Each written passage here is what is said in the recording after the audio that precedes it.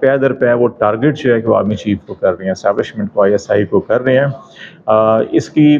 جو ایکسپرٹس ہیں کہنا ہے کہ دو وجوہات ہو سکتی ہیں عمومی طور کے اوپر یہ حالات کیوں پیدا ہوتے ہیں، کہ یا تو آپ یہ سمجھتے ہیں کہ ہر چیز آپ کے ہاتھ سے نکل گئی ہے اور آپ کھل کے بات کرتے ہیں، دوسرا یہ ہوتا ہے کہ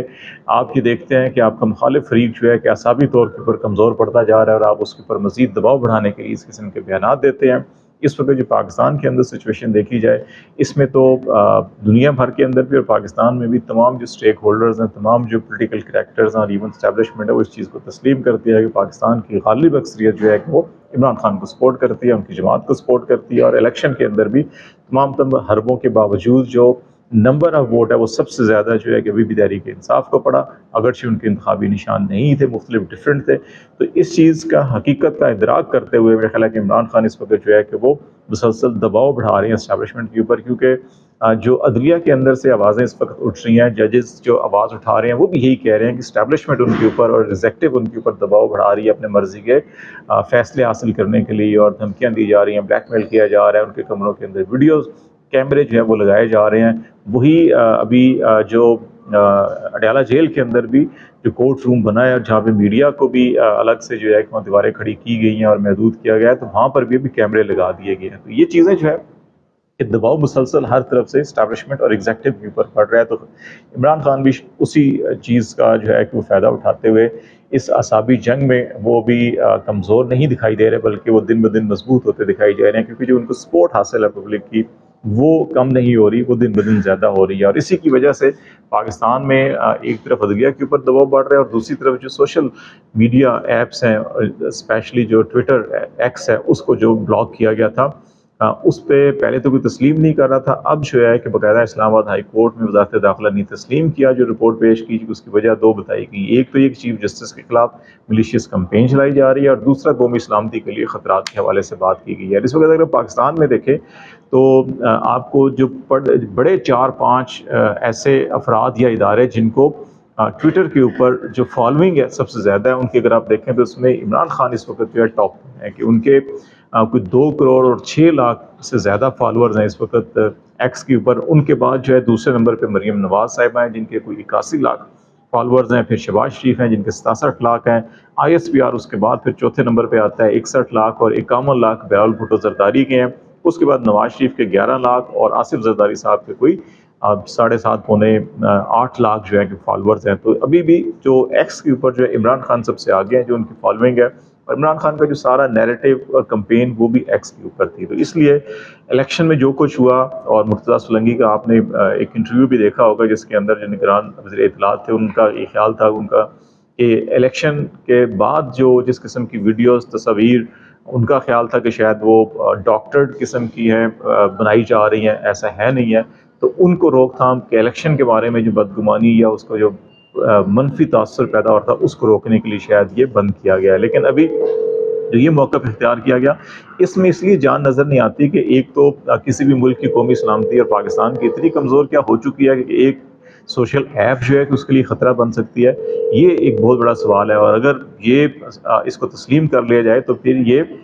پاکستان کے اندر جو اتنا ہم بجٹ استعمال کرتے ہیں، اتنی قربانی دیتے ہیں پاکستان عوام اپنے قومی سلامتی کے لیے، تو کیا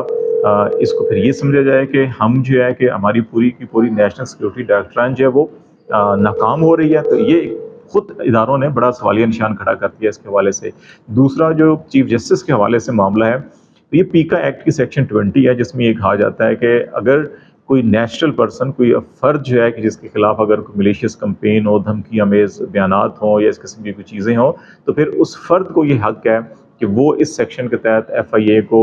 سائبر کرائم کے حوالے سے درخواست دے سکتا ہے، اور اس کے اوپر کارروائی ہوگی، اور یہ 3 سال قید تک اور 10 لاکھ تک جرمانہ کیا جا سکتا ہے۔ اور اگر کسی مائنر کو یعنی کہ بچے کو، کم سن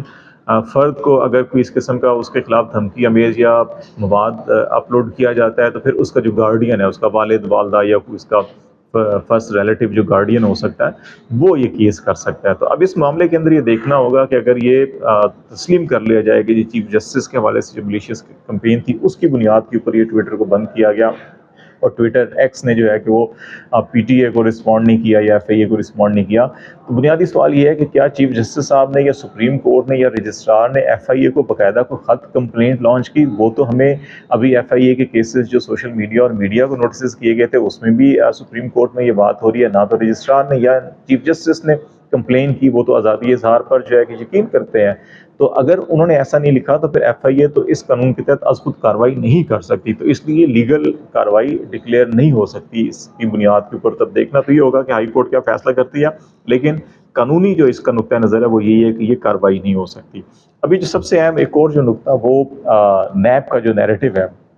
اور الیکشن چوری کے حوالے سے حکومت کے اندر سے گواہی. حکومت کے اندر سے گواہی آپ دیکھیں، رانا ثناء اللہ صاحب، جاوید لطیف صاحب اور دیگر کئی ارکان مسلسل بات کر چکے ہیں. شاید خاقان عباسی، خرم دستگیر، چودھری نثار چیمہ اور کئی لوگ ایسے جو ہیں کہ بات کر چکے ہیں. لیکن سب سے اہم جاوید لطیف کا بھی گزشتہ روز انہوں نے 2 ٹی وی ٹاک شو کے اندر، ایک میں انہوں نے کہا جی کہ ان کے ضلع کی تمام 5 نشستوں کو اور ڈائریکٹ اسٹیبلشمنٹ کے اوپر انہوں نے الزام لگایا کہ انہوں نے کروڑوں روپے لے کر یہ نشستیں جو ہے کہ یہ بیچی ہیں. اور پھر ایک پروگرام میں انہوں نے 90 کروڑ کا فگر استعمال کیا کہ 90 کروڑ روپے لے کر یہ کیا ہے. تو یہ براہ راست الزام جو اسٹیبلشمنٹ کے اوپر بھی. عمران خان اگر دیکھیں تو وہ بھی ٹارگٹ اسٹیبلشمنٹ کو کر رہے ہیں. نون لیگ ابھی نواز شریف گروپ جو ہے وہ بھی